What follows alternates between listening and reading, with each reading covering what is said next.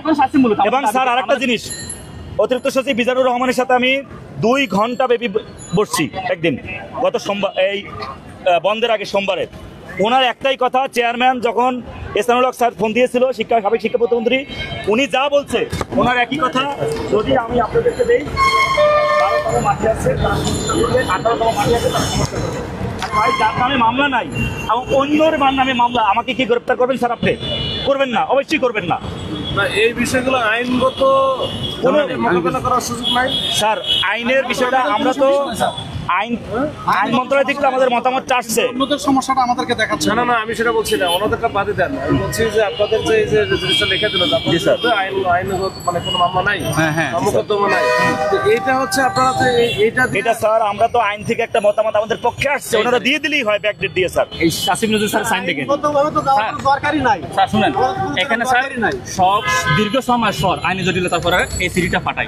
এই সিডিটার বসে যাদের সনদের মেয়াদ আছে, এনটিসি দিতে নিয়ে বয়স 35 থাকতে হয়, সনদের মেয়াদ থাকতে হয় 3 বছর।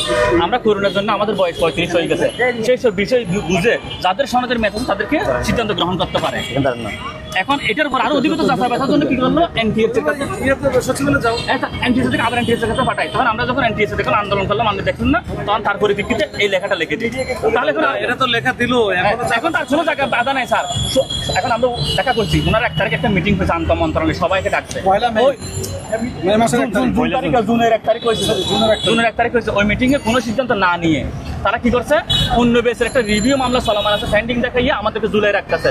এই বেসকে দিলে অন্য বেসের রেজিস্টার করে, অন্য বেসের তো কোনো আইনগত ভিত্তি নাই, মতামত নাই, তাদেরকে জন্য আমাদের বারবার জুলাই রাখতেছে। এখন এটার জন্য আমরা যখন তাগিদ দিচ্ছি, বলছি দেখছি, দেখবো, হবে, এভাবে বলে আমাদের আশ্বাস দেয়। আজকে 5.5 বছর আর কত ধৈর্য ধরবো আমরা বলতে গেলে এনটিএস আইনগরের মধ্যে এখন বন্দী হয়েছে।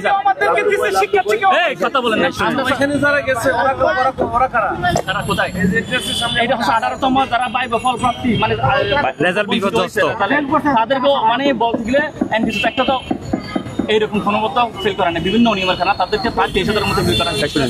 স্যার আমি সঙ্গে বলি, মানে ওই 18তম যারা ফেল করছে, এখন এনটিএসসি এই যাবত আপনাদেরকে মাঠে আবার থাকতে হবে, অসংখ্য অভিযোগ, অসংখ্য নিয়ম, এগুলোর জন্য আমরা কিন্তু শিক্ষকদের সাথে একটু বসতে চাই, এগুলো জানাতে চাই। উনি যদি আমাদেরকে বলে তোমাদের অযৌক্তিক হবে না, আমরা চলে আসবো, আপনি আমাদের কি স্যার ব্যবস্থা করে দেন, আমরা মানে আর আপনাদের মানে অনেক অনেক জটিলতা হবে, সামনে আরো বড় কঠিন মুখোমুখি হবে আপনাকে। ওখানে প্রায় 25,000 স্যার, আপনি অনেক সাহায্য করছেন, আমাদের একটু বসাতে ওনাকে, আমরা এগুলো বলবো স্যার, বলছি তোমাদেরকে দেবো, তোমাদের ভিত্তি আছে, এগুলো বলে আমাদেরকে পাঠা দিচ্ছি। হ্যাঁ বসছি 1 তারিখে কিন্তু মিটিং হবে, মিটিং কিন্তু তারা আগামীকাল শুনতেছি বলে যে আমরা তো ওদের সাথে বসছি, আমরা আবার বলবো কেন সিদ্ধান্ত নেয় না ওনার 1 তারিখ, অন্যের কথা কেন আমাদের উপরে দোষটা পাবে স্যার? স্যার আইনের তো ভিত্তি, আমাদের তো আইনের একটা ভিত্তি আছে স্যার, আমরা বসতে চাই। জি স্যার আমরা বসতে চাই। আমাদের 47 জনকে আগামী গণবিজ্ঞপ্তির আগে বিশেষ গণবিজ্ঞপ্তির অন্তর্ভুক্ত করে আমাদেরকে অবশ্যই আবেদনের সুযোগ করে দিতে হবে। সম্মানিত উপস্থিতি, আজকে আমরা আমাদেরকে স্পষ্ট বলা আছে, তারা বিভিন্ন মহল আমাদেরকে দেখিয়ে দিচ্ছে, আমরা স্পষ্ট বলে দিতে চাই, আমরা এখানে বুকে হাত রেখে সাহসকে চোখ রেখে বলতে পারবো, আমরা আইন বিচার ও সংসদ বিষয়ক মন্ত্রণালয়ের আইন বিচার শাখা 5-এর স্পষ্ট সুপারিশ নিয়ে আমরা এখানে এসেছি।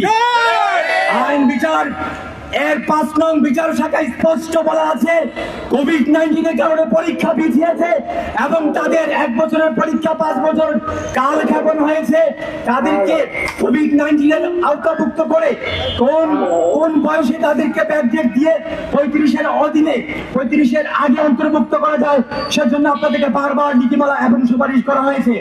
আপনারা প্রতিনিয়ত আইন ভঙ্গ করছেন।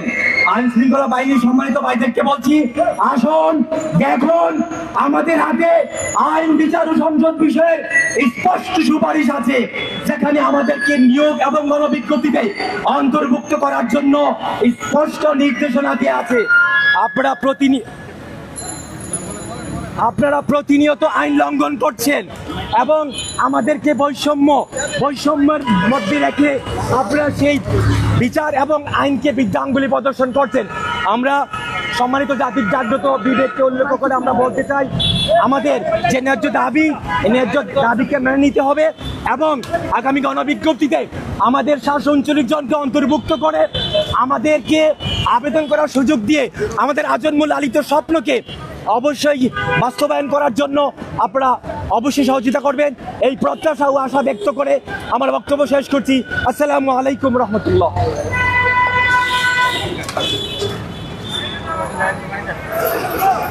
দর্শক, আপনারা দেখছেন নিবন্ধনধারী শিক্ষক যারা রয়েছেন এনটিআরসি এর নিবন্ধনধারী শিক্ষক, তারা কিন্তু নিয়োগ বঞ্চিত হয়ে এই মুহূর্তে প্রেস ক্লাবের সামনে মানববন্ধন কর্মসূচি পালন করছেন এবং আমরা দেখতে পাচ্ছি এখানে আইন বলেন আর জায়গা ছাড়া বলেন কোনো কিছুই আমরা কমতি করবো না, তোয়াক্কা করবো না। আমরা এখানে আজকে গণবিজ্ঞপ্তি না হওয়া পর্যন্ত যাব না, আমরা স্বেচ্ছায় মরবো প্রয়োজন বোধে। আমরা মরার জন্য 739 জন আসছি, আমরা মরবো, তবু হচ্ছে আমাদের দাবি যতক্ষণ আদায় না হবে ততক্ষণ আমরা যাব না।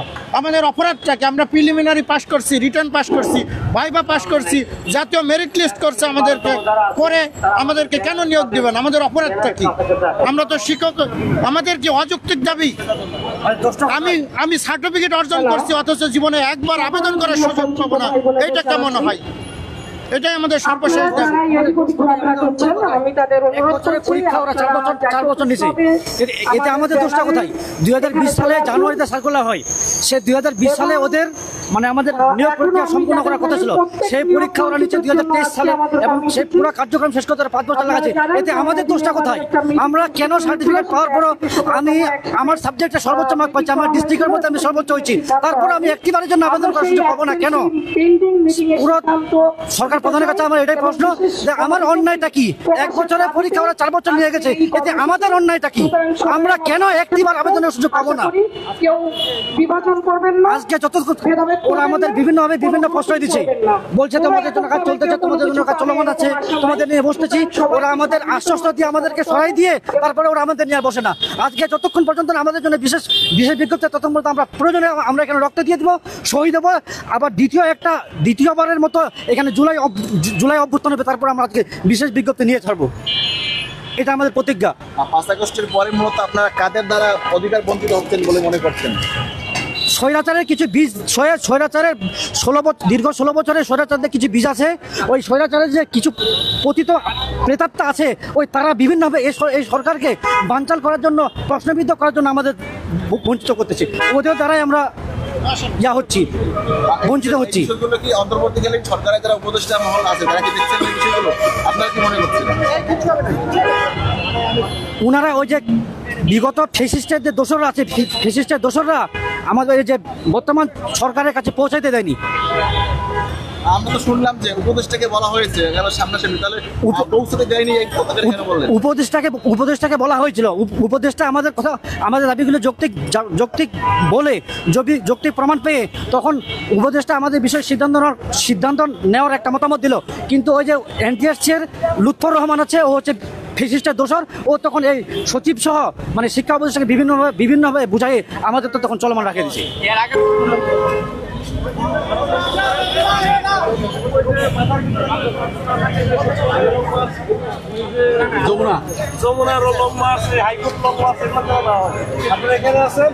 শান্তিপূর্ণভাবে এখানেই অবস্থান করেন, ঠিক আছে?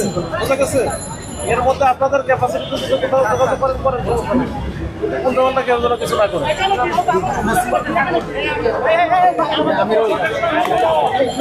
দর্শক, আপনারা কিন্তু দেখছেন প্রেস ক্লাবের সামনে আন্দোলনরত নিবন্ধনধারী শিক্ষক যারা রয়েছেন নিয়োগ বঞ্চিত, তাদের সঙ্গে কিন্তু আইন শৃঙ্খলা রক্ষাকারী বাহিনীর সদস্য কথা বলছিল এবং তাদেরকে বলা হয়েছে আপনারা যে লং মার্চ টু যমুনা বা লং মার্চ টু সচিবালয় এই ধরনের কর্মসূচি পালন না করার জন্য তাদেরকে অনুরোধ করা হয়েছে।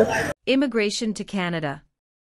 We provide the best quality service and solution for Canada immigration. Please visit our website and contact for details.